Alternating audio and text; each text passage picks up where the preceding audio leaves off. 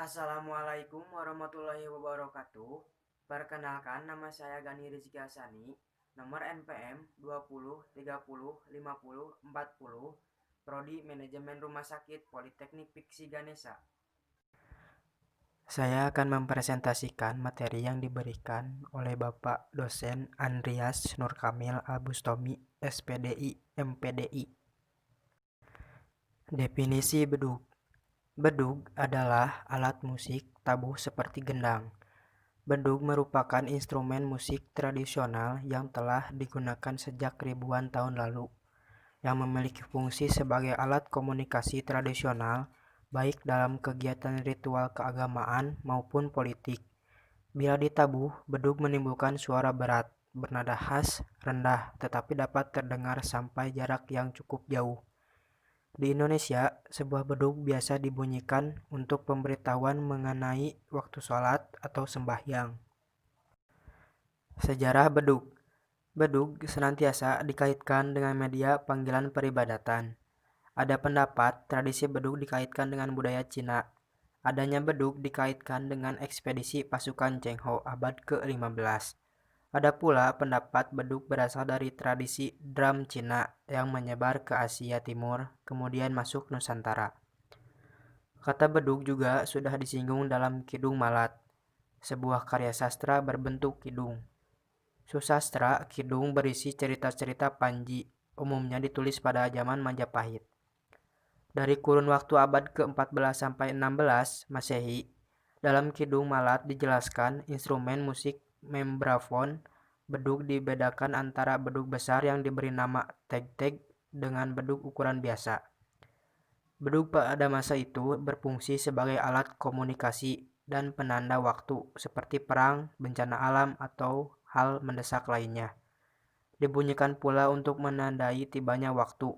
Maka ada istilah dalam bahasa Jawa, wiswanci keteg, artinya sudah waktu siang, Cornelis yang diambil dari dalam catatan perjalanannya. The Irsti Book menjadi saksi keberadaan bedug yang sudah meluas pada abad ke-16. Ketika komandan ekspedisi Belanda itu tiba di Banten, ia menggambarkan di setiap perempatan jalan terdapat genderang yang digantung dan dibunyikan memakai tongkat pemukul yang ditempatkan di sebelahnya. Fungsinya sebagai tanda bahaya dan penanda waktu. Kesaksian ini jelas menunjukkan pada bedug. Jadi, bedug bisa dikatakan contoh perwujudan akulturasi budaya Waditra. Instrumen musik membrafon di mana secara fisiografis terjadi perpaduan antara Waditra membrafon etnik Nusantara dengan Wadistra sejenis dari luar seperti India, Cina, dan Timur Tengah.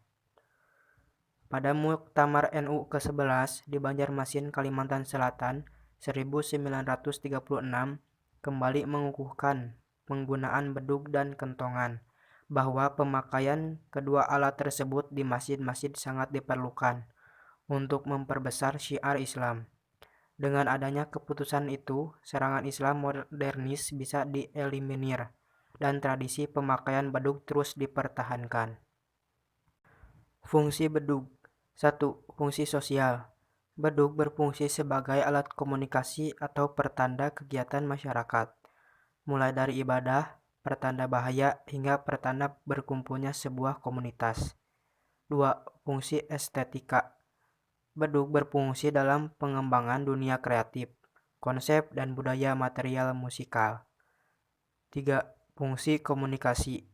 Dalam hal komunikasi, bedug biasanya digunakan untuk memberitahukan sesuatu kepada orang lain lewat ketukan-ketukan tertentu yang sudah dibuat sejak lama, seperti saat akan sholat maghrib pada zaman dulu. Cara pembuatan bedug. Pertama, harus menyiapkan kulit binatang sebagai bahan dasar bedug.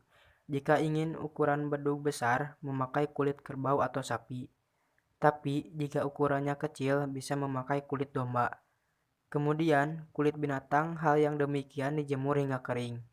Bulu yang ada di kulit dirontokkan, bisa dengan dikerok menggunakan pisau yang tajam.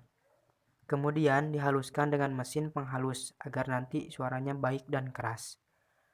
Agar menghasilkan bunyi yang baik dan nyaring, umumnya memakai kayu yang keras seperti kayu jati, dan diameternya kaprah-kaprah 80 cm, tergantung ukuran bedugnya. Untuk bedug ukuran agak besar memang sulit untuk mencarinya, tapi kita bisa gunakan kayu tem besi, karena kayu hal yang demikian mudah bisa dan ukurannya juga besar. Untuk ukuran panjang bedug tergantung keinginan saja. Kemudian kayu dihaluskan dan tengahnya dilubangi.